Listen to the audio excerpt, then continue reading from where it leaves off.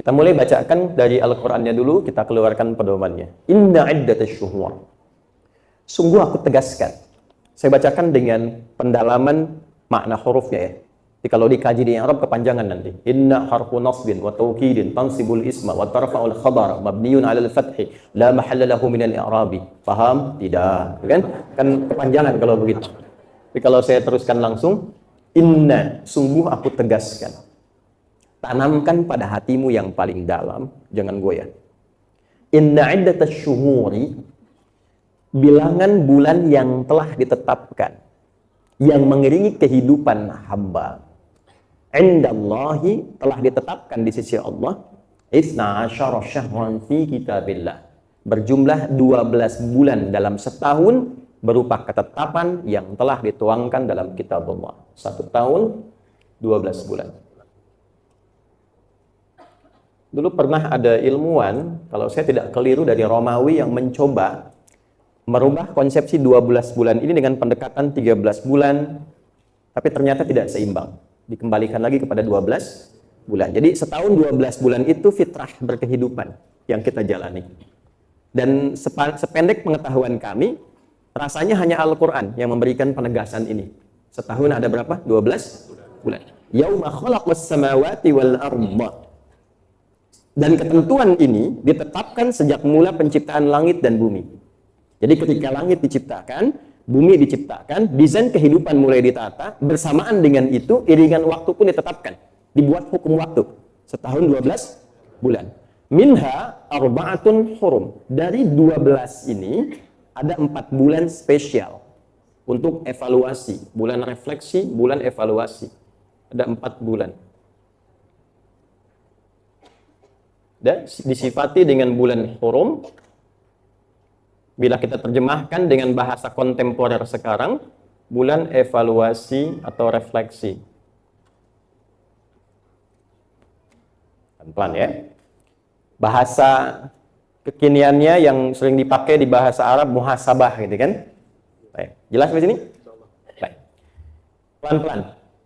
Perhatikan baik-baik. Bapak Ibu sekalian, saya akan sampaikan satu materi yang mungkin jarang dikaji. Agak sulit ditemukan di beberapa referensi, ini butuh pendalaman-pendalaman. Karena itu saya minta Anda fokus betul, hal yang kita bahas sekarang belum tentu dikaji di tempat-tempat pada umumnya. Kalimat pertama ini, itu menunjukkan kesan kepada kita tentang manajemen waktu dalam beraktivitas. Jadi Allah mengarahkan kepada kita, Anda kan hidup dalam setahun itu 12 bulan.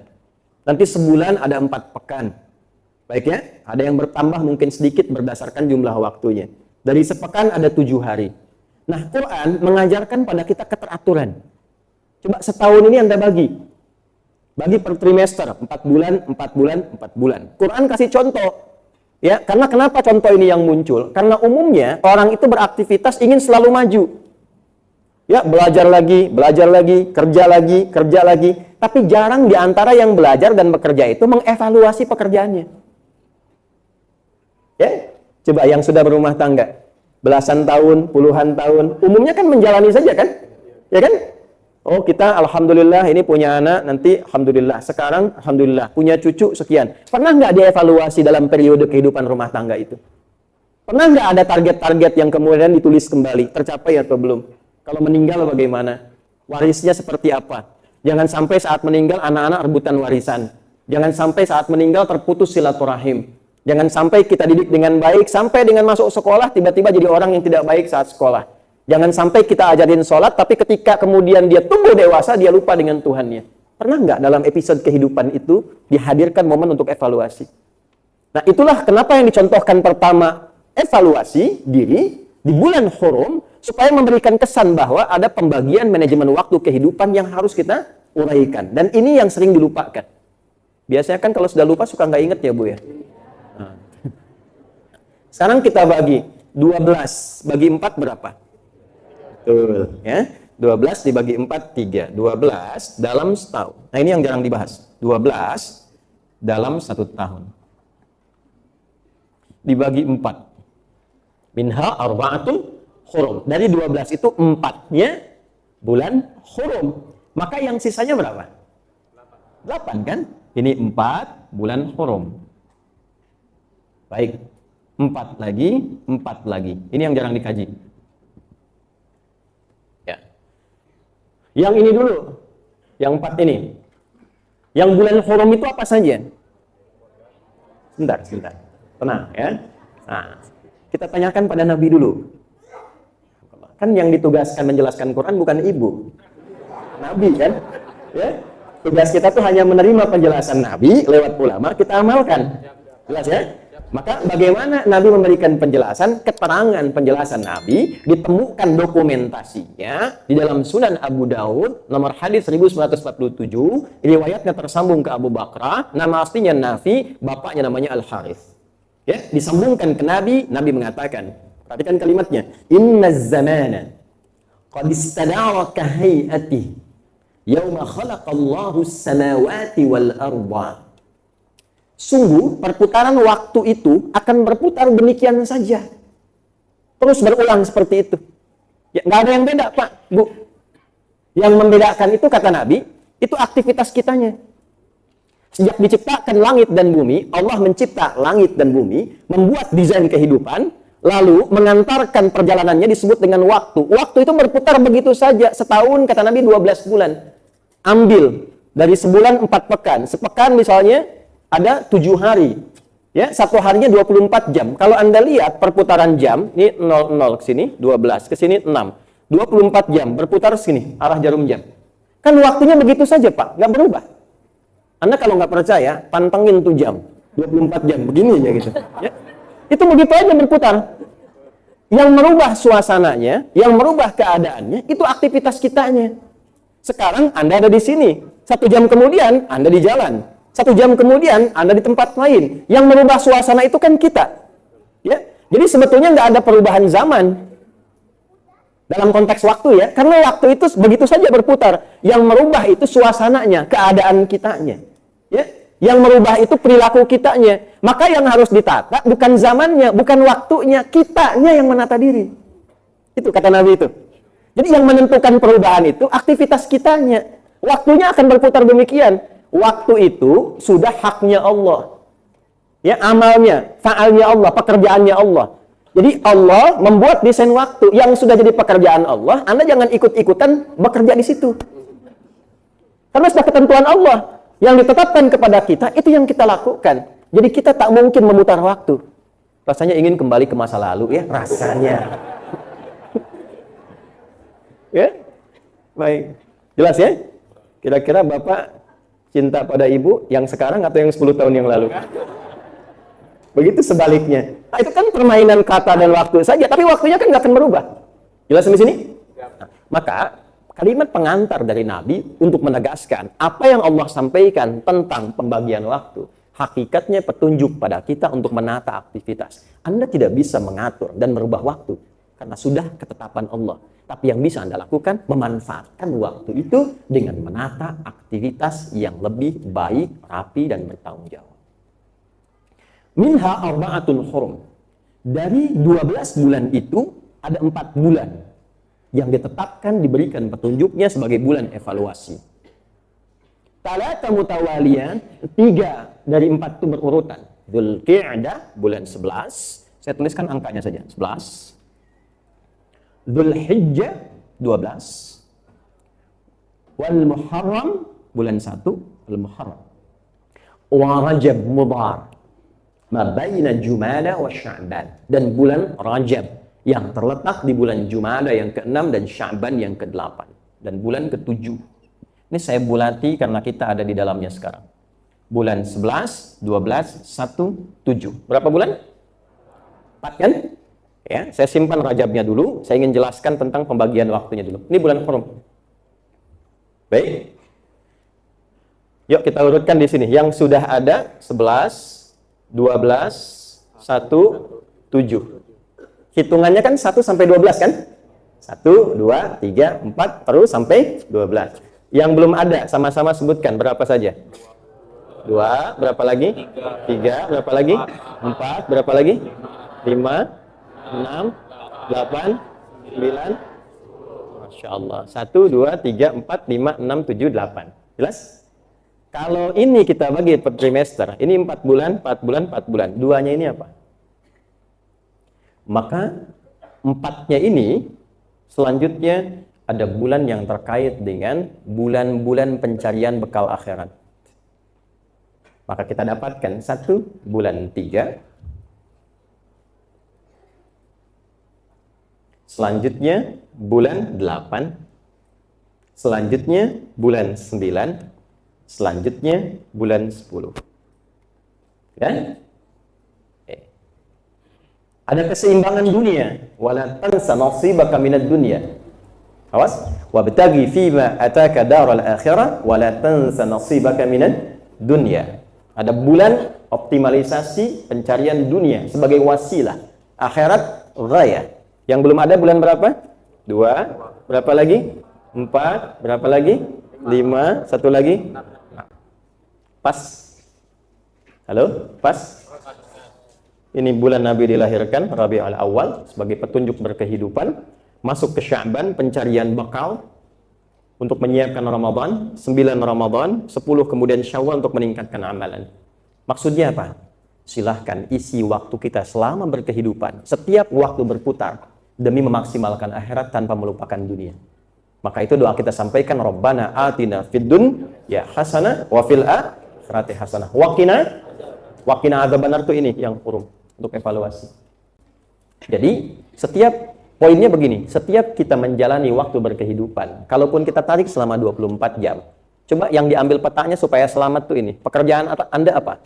Soal duniawinya nih, ini dunia, ini akhirat, ini checklistnya, evaluasinya. Kolomnya 3. Di dunia apa yang dikerjakan sekarang? Anda belajar, kuliah. Oke. Kuliah, mahasiswa. Jangan tanggung. IPK tertinggi, IPK 4. Belajar yang bagus. Ya, maksimalkan ini, maksimalkan. Dan jadikan ini sebagai wasilah untuk menggapai akhirat. Dalam saat yang bersamaan, jangan tinggalkan sholat. Anda tahajud juga, menghafal Quran juga. Kan tidak menghalangi Anda sebagai pelajar. Saya belajar, saya menulis, saya membaca, saya menganalisis. Saat yang bersamaan, kita baca Al-Quran, kita menghafal Quran, kita tahajud. Jadi walaupun Anda punya pekerjaan dunia, jangan tinggalkan akhirat. Sebaliknya, jangan sampai berburu akhirat, melupakan dunia. Jelas ya? Ya, karena Nabi pun berkehidupan di dunia. Menjalani aktivitas sosial di dunia. Bercengkrama dengan para pengusaha, para tukang kebun, bercengkrama dengan kalangan rakyat, kalangan pejabat, semua sama. Maka keseimbangan dalam berkehidupan guna mengisi waktu yang ditampilkan di dalam kehidupan kita, itu hal yang paling penting yang kita dapatkan. Tuliskan lagi, masing-masing aja bikin. Anda pengusaha, Anda pedagang, silahkan dagang sampai sukses, jangan tanggung. Tapi iman Anda harus mengantarkan dagangan Anda membawa kepada ridha Allah untuk kenikmatan akhirat. Tujuannya apa dagang? Kalau cuma kaya, yang belum beriman pun bisa melakukan itu. Bahkan hartanya bisa lebih banyak daripada Anda. Lalu pembeda pada iman Anda itu melalui harta itu apa? Maka niatkan berdagang, niatkan usaha supaya saya bisa zakat, supaya saya bisa infak. Dalam saat yang bersamaan, Anda mengerjakan dunia dan Anda meraih akhirat. Ya, zakat itu berapa persen? 2,5% batas standarnya. Jadi kalau Anda dagang, kerja, dapat 1 miliar, yang keluar berapa? 25 juta. Ya kan? Akhiratnya dapat, dunianya diraih, tenang ini, bahagia ini. Setelah itu evaluasi, cara dagangnya benar nggak? Betul, memang 1 miliar, keluar zakat 25%, 2,5%, 25 juta, tapi hasil nipu. Tapi pada proses yang tidak disukai Allah, evaluasi. Ya, boleh jadi ada hal-hal yang tertinggal, ada akad yang kurang tepat, ada sesuatu yang tidak Allah sukai, itulah pentingnya kita ngaji. Maka pembagian 3 bagian ini bukan berarti harus 4 bulan kerja, 4 bulan akhirat, 4 bulan evaluasi. Tidak harus begitu, bukan. Maksudnya bisa Anda sandingkan, ya, sandingkan. Ini loh manajemen dalam berkehidupan itu. Dunia maksimalkan, akhirat optimalkan, tapi evaluasi juga. Paham sampai sini ya? Nah, Anda bisa sandingkan. Itu konsepnya kan nggak beriringan, lihat. Nggak beriringan. Misal, di sini ada 1 evaluasi. Memulai dengan diri kita siapa? Mitigasikan kemampuan kita. Mulainya dari mana? Kekurangan kita lengkapi. Ya, apapun itu. Termasuk dalam bab nikah. Anda mau nikah, mau rumah tangga bagaimana? Nilai diri dulu. Saya kemampuannya segini, pantasnya begini, keadaannya begini, visi saya membangun rumah tangga seperti ini. Setelah tahu tentang diri, baru mulai aktivitas. Pindah dari 1 ke 2. 2 dari mana? dunia kan? Karena ini wasilahnya. Tapi dua, pasangannya tiga, tiganya ke sini, akhiratnya ini goyahnya. Orang bisa menikah, tapi tidak semua yang menikah itu berharap ridha Allah. Maka saya ingin menata diri saya, menjalani wasilah kehidupan di dunia dengan menikah, tapi berharap mendapatkan rahmat dan ridha Allah dalam pernikahan dan kehidupan rumah tangga itu. Ini maksudnya. Jelas begini nggak? Ini jarang-jarang sekali ditampilkan dan dibahas. Tapi kita tampilkan ini supaya mengerti. Nah, dalam perjalanan waktu 12 bulan itu, kita akan terantarkan pada nama-nama waktu di setiap bulan. Seperti saat ini, kita ada di Rajab, bulan 7. Apa keutamaan Rajab? Wa ma adraka ma Rajab, wa limada summiya Rajabu Rajaba. Kenapa Rajab dinamakan dengan Rajab? Apa makna Rajab? Mengapa dipertahankan sampai sekarang? Padahal nama ini sudah ada sejak era jahiliyah. Kenapa dikukuhkan di dalam Islam dan diberikan muatan yang lebih, diisi lagi oleh petunjuk Nabi supaya lebih optimal. Nah, itulah yang akan coba kita antarkan dalam kurang lebih 15-20 menit ke depan. Ini intinya, yang tadi baru pengantarnya. Ya kan kita bahas tentang Rajab, ya. Tapi kita antarkan dulu supaya paham maksudnya, jangan ujuk-ujuk bahasa apa itu ya. Jangan tiba-tiba langsung masuk aja. Rajab begini, tidak mengerti dulu maksudnya kenapa sih ada Rajab itu? Apa sih konsep hidup itu? Nah, itu dulu yang kita tampilkan di awal supaya memahami, ya. Ya, kita mulai. Rajab secara bahasa. Sudah? Secara bahasa dia berakar dari 3 huruf utama, ra, jim, dan ba. Bermakna ta'zim. Ra, jim, kemudian ba, bermakna ta'zim, sesuatu yang agung.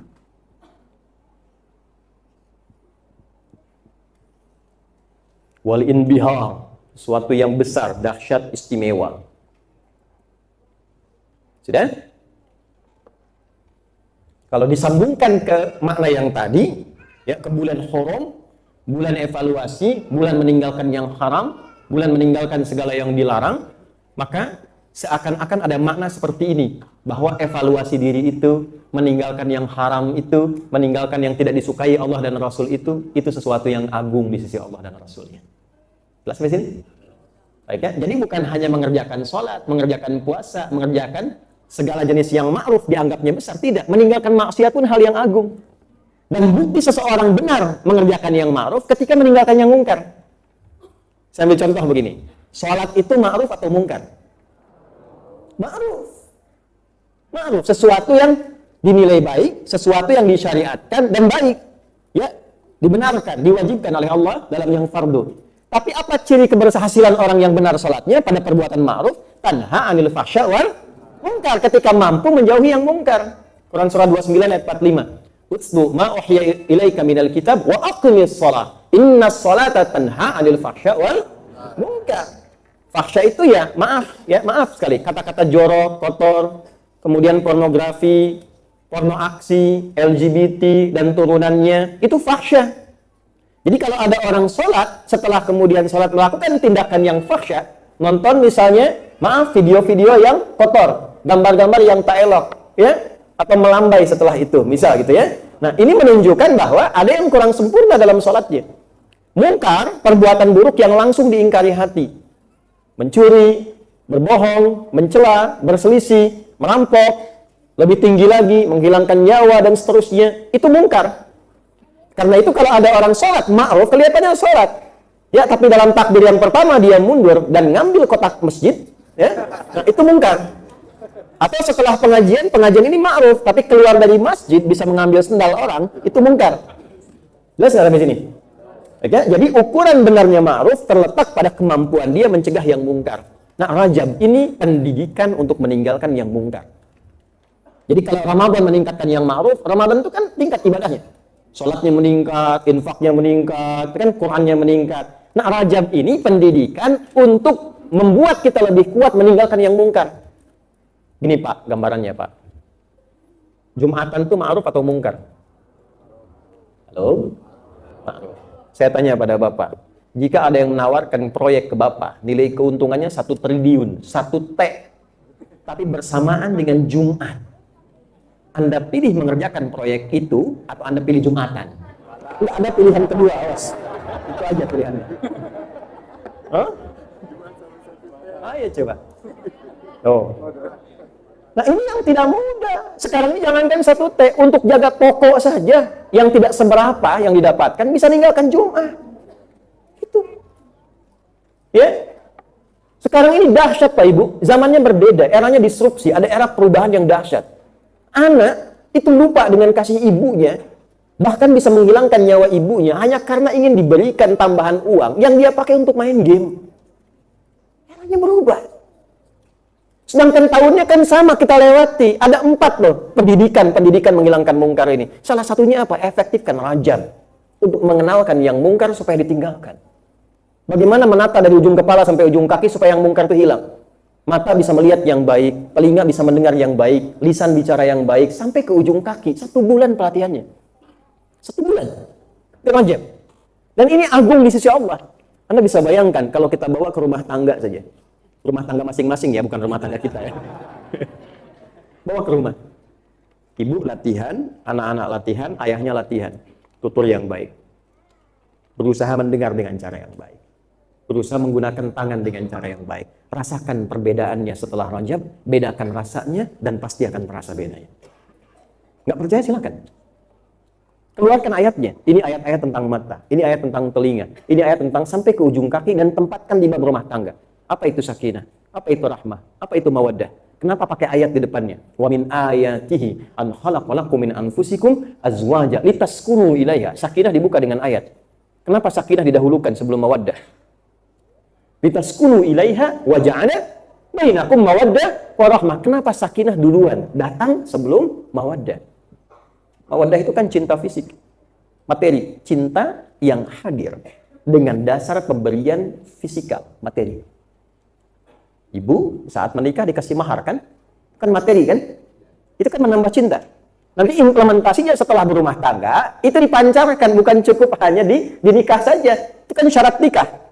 Ya kan? Disertakan di situ. Tapi ketika menikah, apa makna mahar itu? Teruskan. Hari lahirnya datang istri, bawa hadiah, datang. Ya? Itu ada mawaddah di dalamnya. Mama, selamat milad ya. Semoga berkah sisi Allah. Semoga rumah tangga kita makin baik. Ini emas 2 kilo. Misal. Contoh. Ya, walaupun ngambil bunga 1, tapi itu mawaddah. Papa sukses di kantor, pulang ke rumah, sambut, masakin makanan kesukaannya. Itu mawaddah. Ya, itu cinta fisik. Tapi kenapa sakinah duluan? Sakinah itu ketenangan, kedamaian, kebahagiaan. Jadi maksudnya apa? Kaya, tapi tidak ada kebahagiaan di dalamnya. Tidak ada ketenangan. Itu hampa. Ibu pilih mana? Kaya tapi gelisah, atau miskin tapi tenang? Nggak ada pilihan ketiga. Ya kan? Nah, makanya ini penting. Nah, ketenangan ini nggak selalu dihasilkan lewat harta, Pak. Nggak selalu dihasilkan lewat kedudukan. Banyak kok yang punya kedudukan, rumah tangganya tidak harmoni. Banyak yang hartanya melimpah, tapi lebih banyak pisah. Ketenangan itu dilahirkan ketika setiap pasangan saling memahami yang dengan itu memfungsikan keadaan tubuhnya untuk berbuat lebih baik. Itulah rajab yang mengantarkan pendidikannya. Dan itu agung di sisi Allah. Karena kalau orang sudah bisa menepikan yang salah, solehnya muncul. Hidup itu kan berpasangan. Baik lawannya apa? Buruk. Kalau yang buruk sudah nggak ada, yang baiknya muncul. Sebaliknya, kalau yang baik tenggelam, yang buruknya dominan. Kan konsepnya begitu. Dalilnya apa Ustaz? Surah 91. Ayat berapa? 7-10. Wa nafsin wa ma sawwaha fa'alhamaha fujuraha wa taqwaha qad aflaha man wa qad khaba man. Itu Al-Hasan Ibnu Ali, hafidh Rasulullah sallallahu alaihi wasallam wa radhiyallahu ta'ala hum jami'an. Al-Hasan itu ada satu cerita dalam satu riwayat yang membutuhkan validasi tapi maknanya tinggi. Beliau jalan di era fitnah besar. Jadi ada Al-Hasan, ada Al-Husain, kita mesti kenal ini. Insya Allah setelah peresmian pesantren ini belum diresmikan.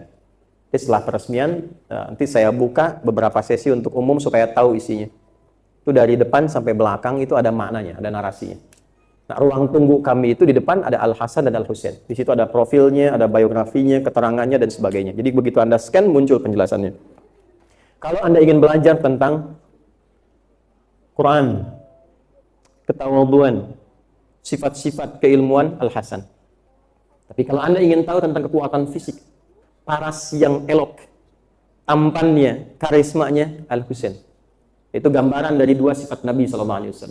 Al-Hasan ini saat dewasa jalan dengan putra beliau dalam satu riwayat di era fitnah besar, dicaci oleh orang, era fitnah yang sangat luar biasa, A, B, C, D dan seterusnya. Beliau diam. Perhatikan, anaknya berkata, ya abati lima lam tarud. Pak, kenapa bapak enggak balas? Maksud balas tuh begini, klarifikasi aja bahwa itu kan enggak benar gitu.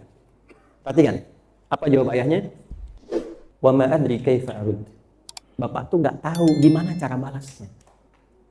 Untuk mencari kalimat yang mengklarifikasi tuduhan orang, untuk mencari kata-kata saja supaya mengklarifikasi, itu masih berpikir jangan-jangan nanti dia tersinggung dengan kata-kata ini. Itu nyari kosakata yang pas gak ketemu, saking baiknya orangnya.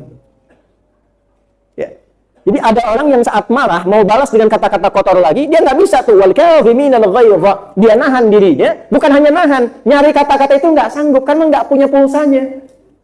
Dia nggak punya pulsa kata-kata yang kotor. Ya, dia nggak punya kosakata kebun binatang, nggak punya kosakata ya pasaran, karena nggak terbiasa. Jadi ketika mau mencela pun itu susah gitu, karena nggak ada pulsanya, nggak ada kosakatanya.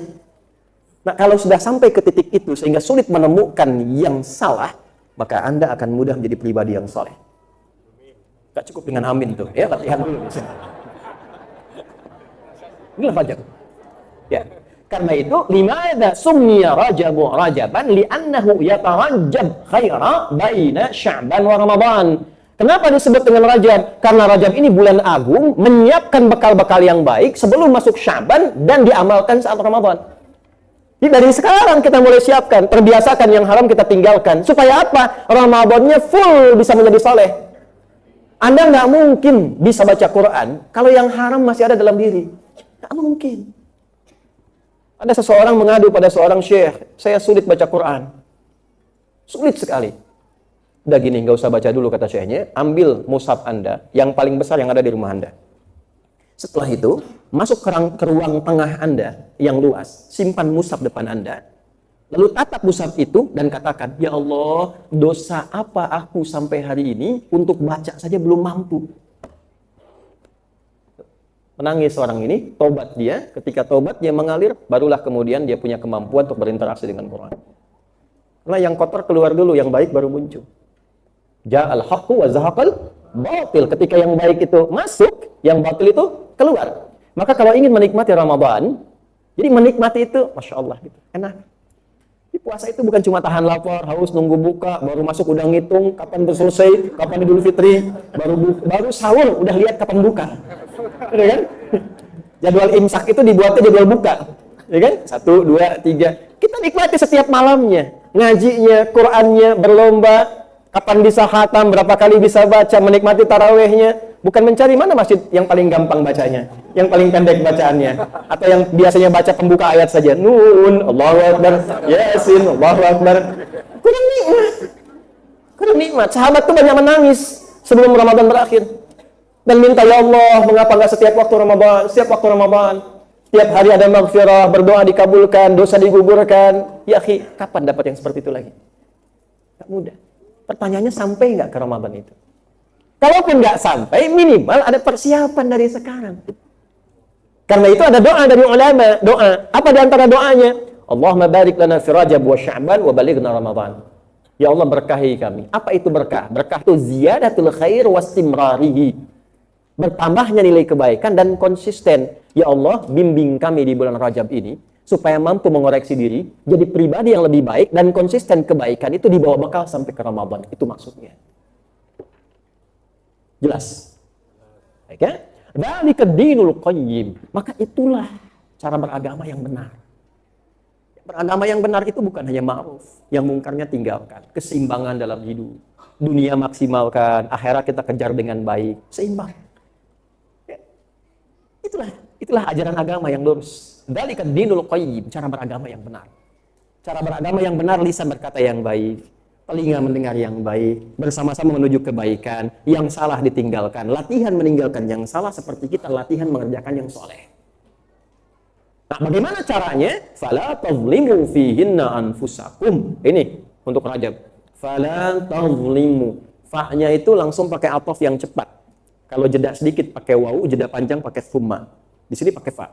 Fala, kalau engkau sudah tahu, maka cepat. Nah, kalau engkau sudah paham tentang ini, Bapak Ibu paham yang saya jelaskan tadi? Saya ulangi, paham? Mengerti? Nggak apa-apa, kalau belum paham saya ulangi. Ya, paham? Mengerti?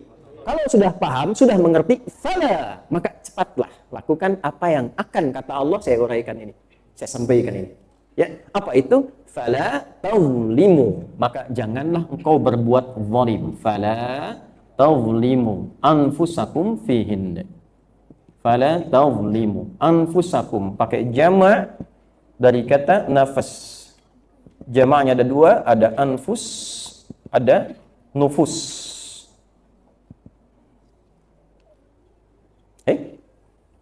Ada jama' lil qillah, ada jama' lil kathrah. Fala tazlimu. Bila engkau sudah memahami tentang cara beragama yang benar, maka segeralah amalkan di amalan bulan Hurum ini yang 4. Dzulqa'dah, Dzulhijjah, Al-Muharram, Rajab. Sekarang kita di Rajab. Ya. Bagaimana cara mengamalkan nilai di Rajab itu? La tazlimu, jangan berbuat zalim. Apa itu zalim? Ya, az-zulmu, orangnya zalim. Perbuatannya zulmun sifatnya. Apa itu zalim? Zalim itu wad'u syai'i fi ghairi mahalli. Memfungsikan sesuatu bukan sesuai fungsinya. Menggunakan satu hal bukan sesuai peruntukannya. Ini apa ini? Gelas. Apa fungsi gelas? Menampung air. Airnya diapakan? Diminum. Contoh. Bismillahirrahmanirrahim. Ini fungsi gelas. Ya. Ada gayung. Apa fungsi gayung? Menampung air juga. Buat apa? Mandi. Kalau Anda minum pakai gayung, mandi pakai gelas, itu zalim namanya. Gelas. Oke? Ini ditaruhnya di mana? Mata, karena itu disebut kacamata. Kalau Anda taruh di kepala, nyimpan. Taruh di telinga, itu zalim namanya. Mata ini Allah ciptakan untuk apa? Bukan. Kalau sekedar melihat, ayam melihat. Kambing juga melihat. Elang melihat. Mata elang lebih tajam daripada kita. Elang di udara, ya kan? Anak ayam kelihatan. Kita naik pesawat ke atas, anak kita sendiri tak nampak kan? Ya? Tapi mata kambing, mata ayam, mata elang tidak dihisap. Mata kita dihisap. Karena itu ketika Allah melekatkan mata pada nafas diri kita, anfus, maka bersamaan dengan mata dicipta itu fungsinya dilekatkan. Qul mu'minina, katakan pada pria-pria yang merasa punya iman, yang beriman. Urutan iman pertama kan kepada Allah. Ya, kalau mau dalam begini, katakan pada pria yang beriman kepada aku, kata Allah. Yang dengan imannya dia sadar akan dihisab. Ya ghuddu min absarihim, gunakan matanya untuk melihat yang baik saja. Palingkan dari yang tidak baik. Anda bertanya, bagaimana caranya ya Allah melihat yang baik saja? Palingkan dari yang tak baik. Jadi kalau kita sudah bisa berlatih menggunakan mata, memalingkan dari yang salah, maka mata ini akan selalu melihat yang soleh. Itu latihannya bulan Rajab. Era-era sekarang banyak latihan meninggalkan haram ini. Hati-hati. Nanti Nabi pernah mengingatkan akan ada masanya yang haram lebih dominan dibandingkan yang halal. Maka saat itulah meninggalkan yang mungkar, kan ma'ruf dan mungkar kan? Meninggalkan yang mungkar menjadi tinggi nilainya di hadapan Allah. Ada kalanya demikian. Ya. Saya mau tanya begini, Anda dibandingkan dengan mengerjakan sholat, banyak mana dengan melihat handphone? Oh, kan? Dulu selesai sholat, orang zikir, sekarang selesai sholat cek WA. Ada kan? Ayo. Ibu banyak mana lihat YouTube atau tahajud? YouTube. Ya kan? Pak ya? Bapak banyak mana lihat status istri sendiri atau status istri orang? Oh. Yang dibuka kajian, yang keluar iklan. Nah, iklannya itu ma'ruf atau mungkar? Oh, jawab sendiri itu mungkar. Kenceng jawabnya tuh. Ya kan? Yang diem tahu. Kan? Nah, saya pernah ditanya, Ustadz, kenapa channelnya Ustadz kok iklannya begitu? Iklan itu sesuai algoritma penggunanya. Kalau dia asal buka yang mungkar, keluar mungkar. Gitu ya. Hati-hati. Nah, maka dari itu apa yang dilakukan? Latihan. Hari ini saya mata dulu. Begitu ada yang tak baik, palingkan. Palingkan. Latihan, Pak. Kita bagi aja 4 dulu. Gak usah jauh-jauh. Yang paling banyak digunakan. Apa itu? 4 pokok anggota wudhu. Rukun. Yang pokok tuh. Yang pokok yang dibasuh. Kan ada 4. Ya kan? 1, wajah. Yang kedua, tangan sampai siku. Yang ketiga, kepala. Bukan rambut, ingat. Saya ulangi. Kepala bukan rambut. Saya ulangi. Yang ketiga, kepala bukan rambut. Wamsahu biru'usikum. Kepalamu, usap kepalamu bukan rambutmu. Itulah keadilan Allah. Orang yang punya kepala pasti punya rambut atau juga tidak punya rambut. Yang penting punya kepala.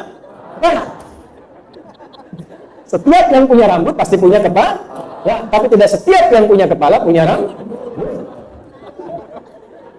Betul nggak? Betul kan?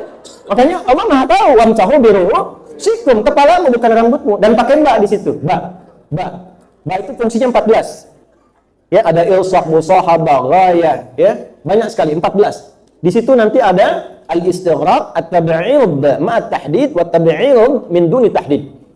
Kepala usap. Dan hebatnya bukan ghasalah, tapi masaha. Kalau ghasalah, ambil airnya lalu ke wajah langsung. Tapi kalau masaha, ambil percikan begini baru usapkan. Istighraq itu dari depan sampai belakang begini. Tab'id sebagian ma'a tahdid, dengan batasan, misal sampai ubun-ubun di sini. At-tabi'iyum min duni tahdid. Ya. Yang penting kepala, tapi nggak ada batasnya. Bisa di sini, dan seterusnya.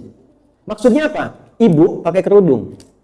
Ketika berwudu, misalnya di tempat yang terbuka, dah harus ibu lepas kerudungnya. Ambil airnya, usapkan ke bagian yang disebut kepala. Bisa di sini, boleh. Nggak pakai boleh. Itulah pentingnya ngaji. Pentingnya ilmu itu begitu. Boleh. Dah harus pakai enggak, boleh. Anda sakit. Waliyadzubillah, kita berlindung tidak demikian. Tapi misalnya sakit, ya. Sakit di kepala misalnya, ada luka tertentu. Kata dokter nggak boleh kena air. Tapi bukan berarti Anda tinggalkan rukun yang ini tidak. Yang ininya kena, yang ini kan tidak. Usap yang ini. Jadi nasnya bukan mengatakan usap rambut, tidak. Jadi jangan sampai terjadi begini, ini segini, ya. Lalu selesai, itu tidak sah. Tidak sah. Jelas ya? Ya, ada siswa kita membahas ba di ayat ini, Quran surah 5 ayat 6. Al-Maidah ayat 6. Dia bahas tentang ba, menguraikan ini, dia mendapatkan gelar doktor. Ya, silakan yang belum mahasiswa tuh. Ada ta, fa, jim, ha sampai ya. Nah, kaji itu. Ya. Balik dulu. Latihan. Yang 4 aja. Wajah. Tangan sampai siku. Perhatikan dahsyatnya Quran itu ya. Nanti saya urai di akhir. Kepala. Satu lagi apa? Kaki kan? Wa arjulakum ilal ka'bah. Ini yang pokok. Ini rahasianya kenapa 4 ini yang sering dipakai. Karena itulah yang sering kita gunakan dalam berinteraksi keseharian. Dan sering salah. Di wajah ada apa? Bukan cuma mata. Ini kan masuk wajah, Bu. Loh, apalagi hidung, ya kan? Telinga bukan wajah, telinga di sana. Halo, ya, telinga di sini, makanya telinga pakai kacamata ya, wajah di sini. Ini masuk kepala nanti, masuk kepala. Sudah? Ini kan sering dipakai. Berapa kali dalam sehari melihat yang salah? Ini keluar dari sini mungkin salah kan?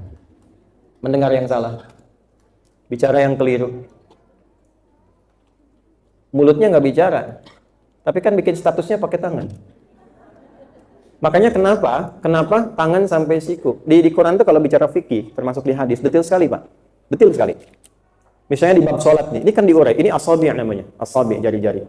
Ini kaf, ini rusq. Sudah? Ini rusq, ini mirfaq, ini katif. Detail sekali. Ketika Anda bertakbir, angkat tanganmu hadwa mankibaihi sejajar dengan bahu di sini atau boleh mendekat ke telinga. Setelah itu letakkan, perhatikan kalimatnya. Letakkan tangan yang kanan di punggung yang kiri, tapi letakkannya sempurna. Dicontohkannya kaf ketemu dengan ini bagian belakang khalf. atau menggenggam atau lebih sedikit. Tapi ketika wudu, perhatikan kalimatnya. Tangannya disebutkan ila. Ila itu menunjuk pada intihai syai'. Ujung sesuatu dari depan sampai ke sini. Wa aydiyakum ilal marafiq. Tanganmu sampai ujungnya tuh ke sini. Ya, Anda kalau dari sini membasuh sampai ke sini sah-sah saja. Secara wudunya sah. Tapi secara makna akan lebih bagus dari sini ke sini ujungnya. Kenapa? Karena ingin menunjukkan kesan fungsional dulu. Fungsi yang sering digunakan tuh yang ini. Dan banyak salahnya di sini. Nggak ada orang nulis status di Instagram pakai ini, begini.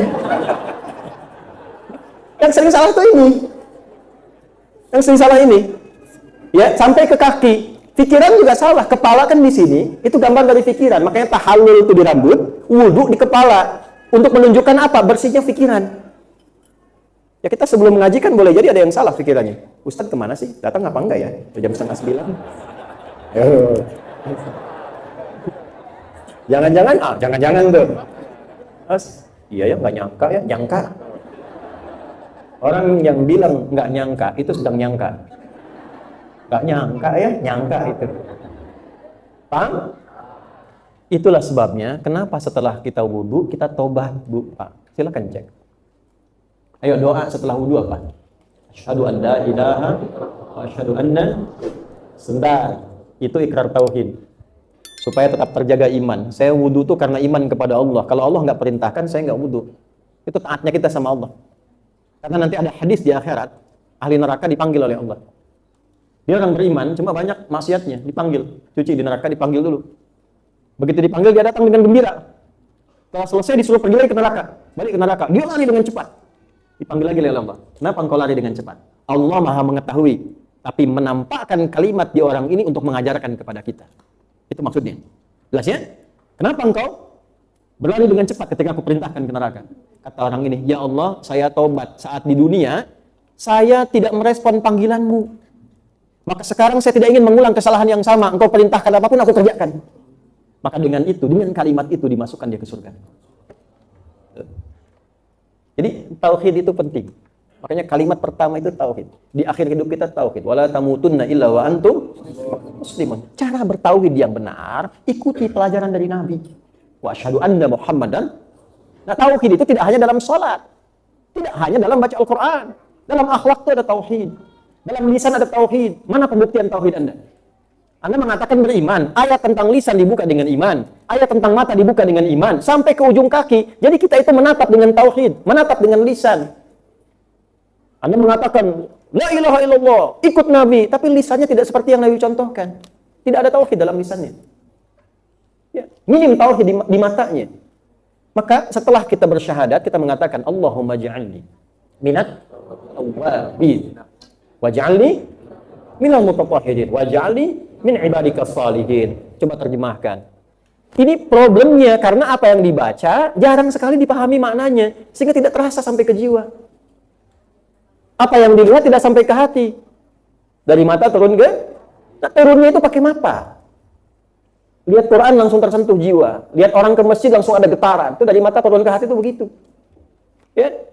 Nah, ketika kita katakan, ya Allah, Allahumma ja'alni minat tawabin. Ya Allah, mohon jadikan aku termasuk orang taubat. Baru wudu, kok doanya selesai taubat? Baca hadis Muslimnya. Saat Anda membasuh di bagian wudu, maka dengan jatuhnya air itu jatuhlah hal-hal yang salah pada anggota tubuh Anda. Makanya disebutnya taharah dalam Al-Quran. Taharah di Al-Maidah ayat yang ke-6 itu. Ya, Allah tidak ingin membuat engkau susah dengan wudu, tapi ingin memberikan engkau keadaan yang suci.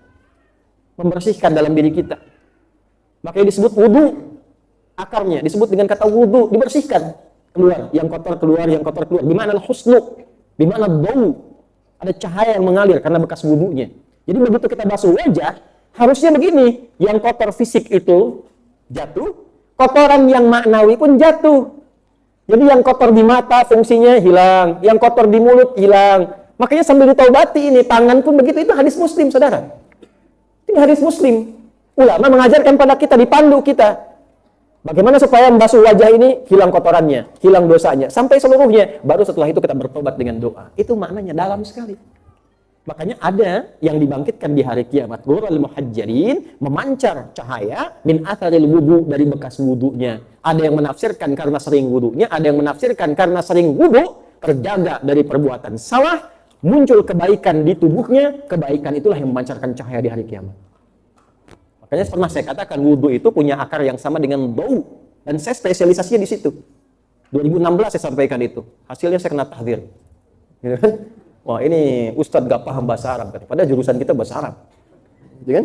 Dulu, tapi saya tidak membawa apapun di hati saya. Saya hanya contohkan saja ada hal-hal yang harus kita kembangkan pada yang lebih baik.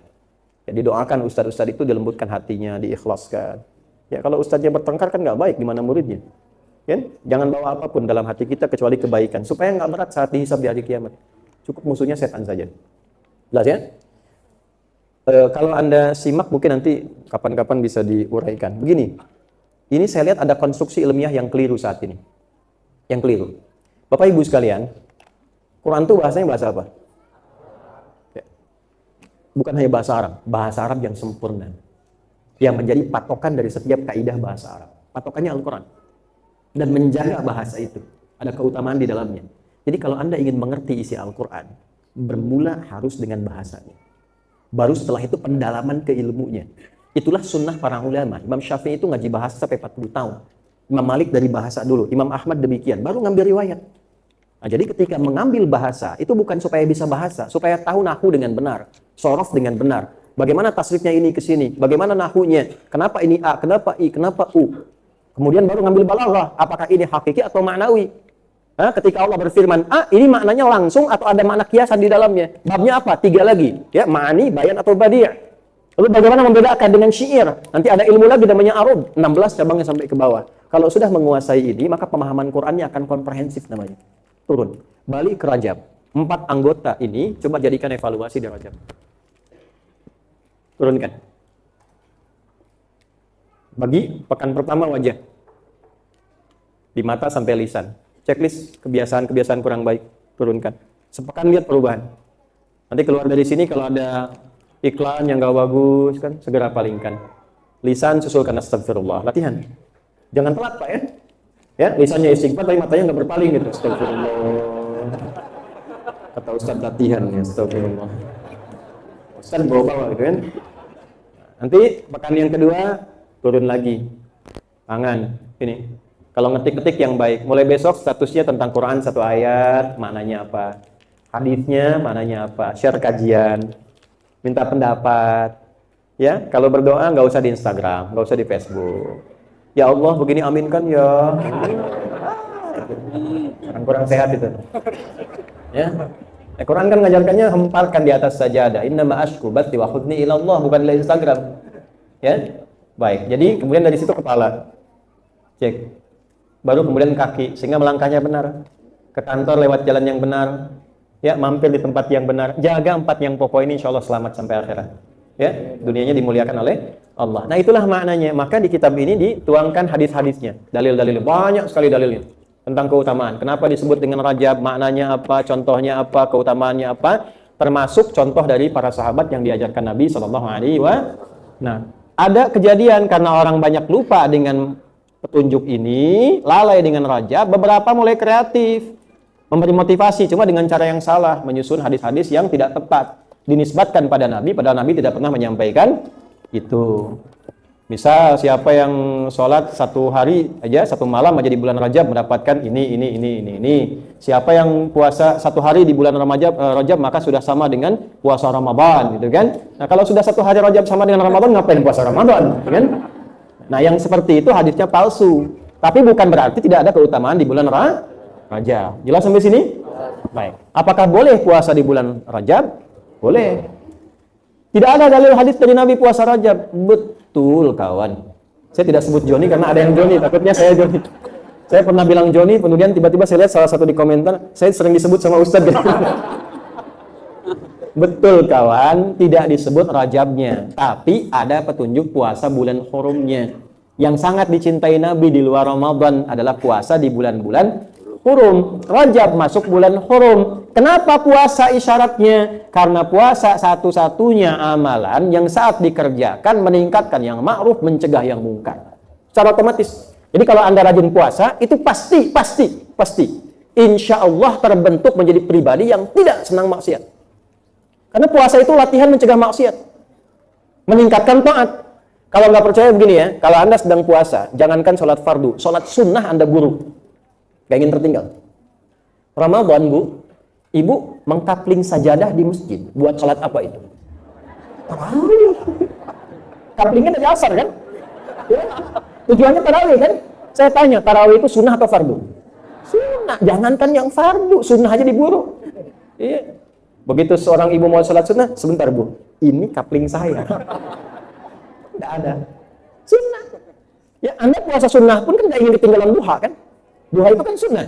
Ya kan?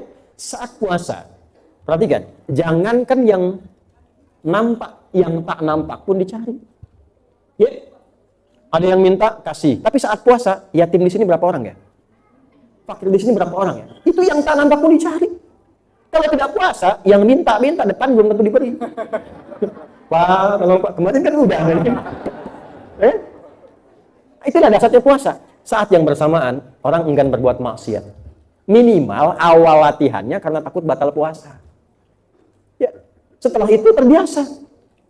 Makanya koruptor itu libur dulu korupsi itu kalau puasa. Ya, itu pemarah Pak, pemarah. Itu bisa tahan amarah. Minimal sampai buka. Dulu pernah ada dapat kisah itu, suami istri jalan Bu, kisah itu. Suami itu pemarah luar biasa. Marah, ada apa-apa cepat marah itu.